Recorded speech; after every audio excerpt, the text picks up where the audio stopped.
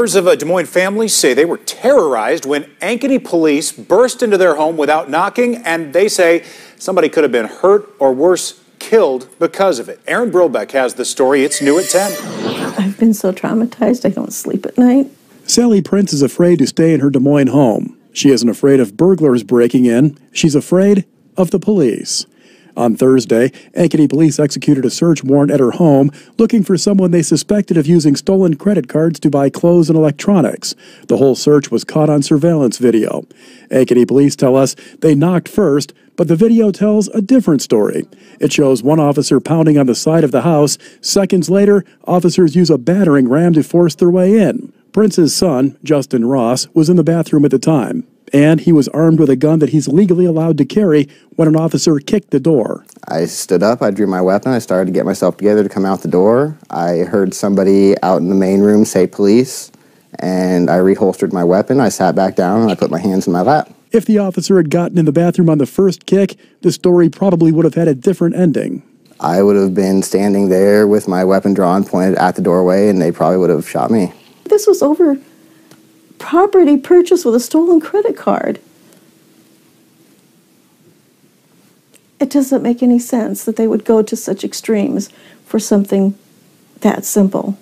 Police apparently did not find any of the items they were looking for in the warrant. They did arrest 2 people who were staying with the family on unrelated charges. Miranda Scigliano was charged with a probation violation.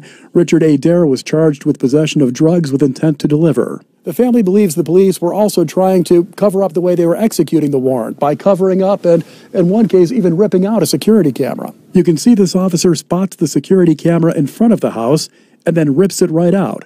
Another officer spots this video camera downstairs and covers it up. The family says if the police had knocked, they would have opened the door and allowed the officers to search the home. Now they say they're scared the police may come back. The police are supposed to protect and serve, not make you in fear of them. And I'm totally terrified of them now.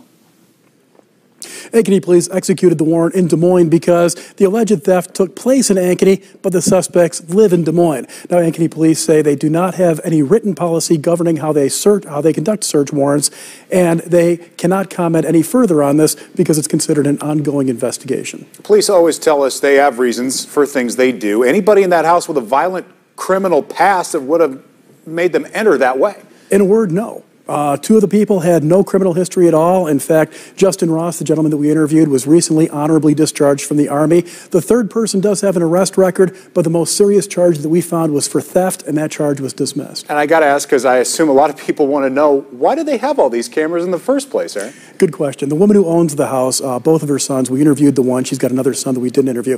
They're both audiovisual technicians, so they like to tinker a lot, and they put up a lot of these cameras. They have stereo equipment all over the place, and both of their cars have been broken into in the past, so they hung up these cameras. We'll look forward to you following where this goes. Thank you, Aaron. Police say